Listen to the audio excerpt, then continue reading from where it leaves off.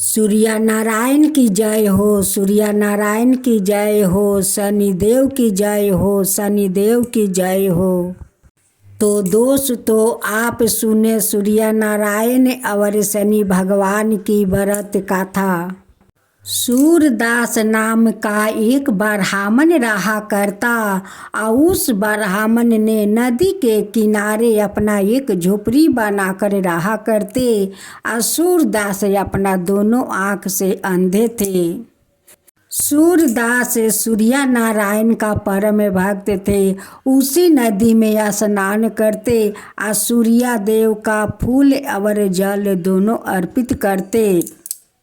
सूर्य नारायण का कृपा से उस अंधे सूरदास का कुछ खाने पीने का तकलीफ नहीं होता। उस नदी पर जो लोग स्नान करने जाता तो ब्राह्मण देव से पूछते कि हे ब्राह्मण देव, आपका तो दोनों आँख नहीं है, फिर भी आप इस गहरी नदी में कैसे उतर जाते हैं? सूर्य नारायण का आप पूजा भी कर लेते हैं, खाना बनाकर खा लेते हैं, आप कैसे देखते हैं? तब ब्राह्मण बोलते कि देखो जजमान, मेरा आँख का तो कोई ज़रूरत नहीं है, मेरा तो आँख सूर्य नारायण जी है, वही सब रास्ता दिखाते हैं, वही सब काम दिखाते हैं। सब कुछ तो सूर्य नारायण करवाते हैं और वो ही सब कुछ देते हैं, मेरा तो कुछ का कमी नहीं है। सूरदास अपना झोपड़ी में बहुत खुश रहते थे, खाते पीते सूर्य नारायण का पूजा करते। ऐसे करते करते कुछ दिन बीत गया। एक दिन की बात है, शनि देव अपना रथ पर बैठे हुए कहीं दूसरा नगर में जा रहे थे। देखते हैं कि नदी के किनारे एक झोपड़ी है और उसमें एक ब्राह्मण है। ये तो सूर्य नारायण जी के पूजा करता है, लगता है कि सूर्य नारायण जी का ये भक्त है। मैं भी इस भक्त के पास जाता हूँ और देखता हूँ कि मेरा पूजा करता है या है नहीं। एक दिन शनि देव एक लड़का का रूप धारण करते हैं और सूरदास का झोपड़ी में पहुंच जाते हैं और सूरदास से पूछते हैं कि हे ब्राह्मण देव, आप सूर्य नारायण के भक्त हो? वो कहने लगे कि हाँ, मैं तो सूर्य नारायण का भक्त हूँ, उन्हीं का पूजा करता हूँ। तब शनि देव कहते हैं कि अच्छा सूरदास, आप तो सूर्य नारायण के पूजा करते हो, तो शनि देव का क्यों नहीं पूजा करते हो? तब ब्राह्मण क्या कहता है? कहता है कि नहीं, मैं तो शनि देव का व्रत कभी नहीं करूँगा, क्योंकि शनि देव जिसका घर में ढुक जाता है उनका सर्वनाश कर देता है, तो उनका पूजा मैं क्यों करूँ?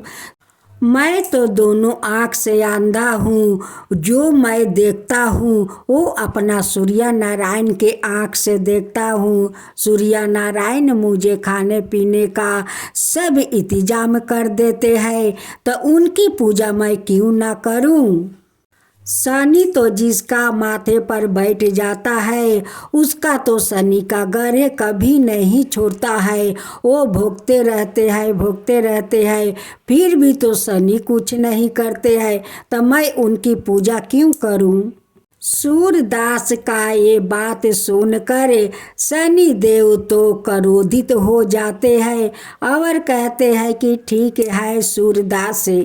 सूरदास पूछने लगे कि तुम कौन हो कि इतना सारे बात कर रहे हो? आज सूर्य नारायण के बारे में पूछ रहे हो, शनि के बारे में पूछ रहे हो, तुम कौन हो?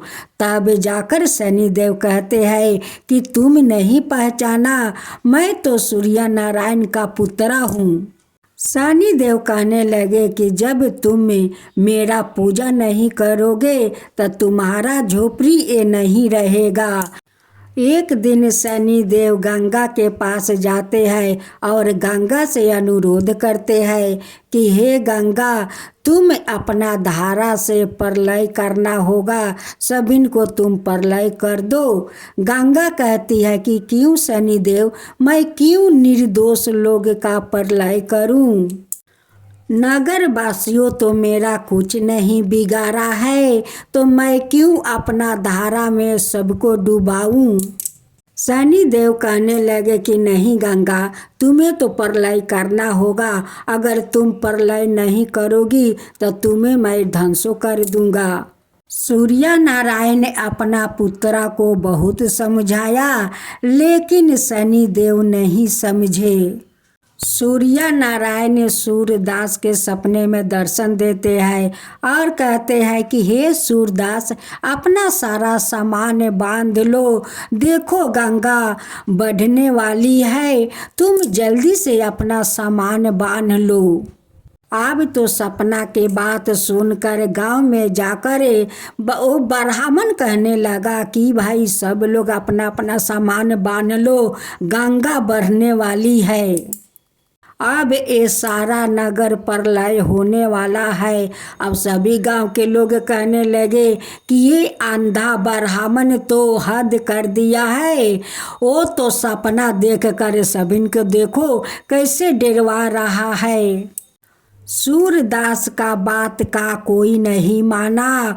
वो लोग समझता था कि ये तो अंधा है, और सपना की बात लेकर देखो गांव में शोर मचा रखा है।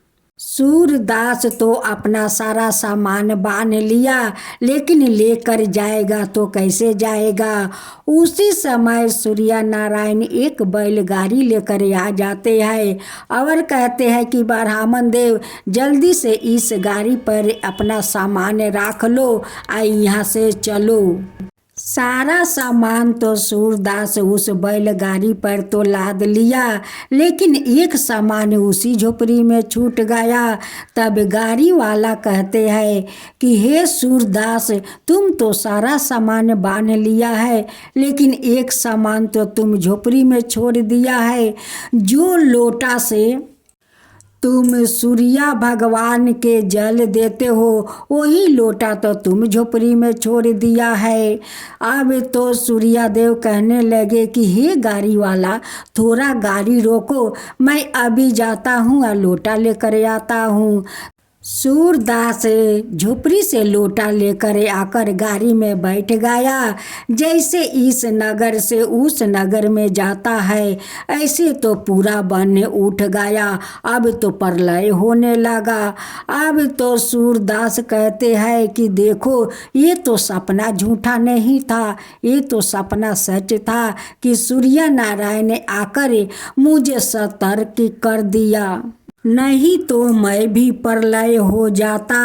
अब जाते जाते सूरदास कहने लगा कि मेरा तो रहने का कोई ठिकाना नहीं है, मैं रात को कहाँ रहूँगा।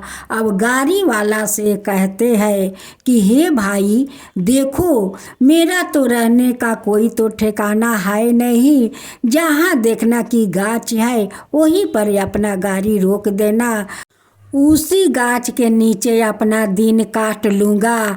लेकिन सूरदास का तो ये भी पता नहीं है कि वो जिसका गाड़ी पर बैठ कर जाता है वही तो साक्षात सूर्य नारायण भगवान है। उनकी तो आँख नहीं है कि वो देख सकते।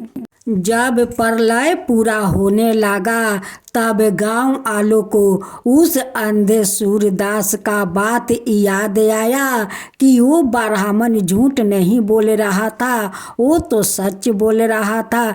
देखो कैसा प्रलय आ गया। उसी गाछ के नीचे सूरदास अपना दिन काटने लगा।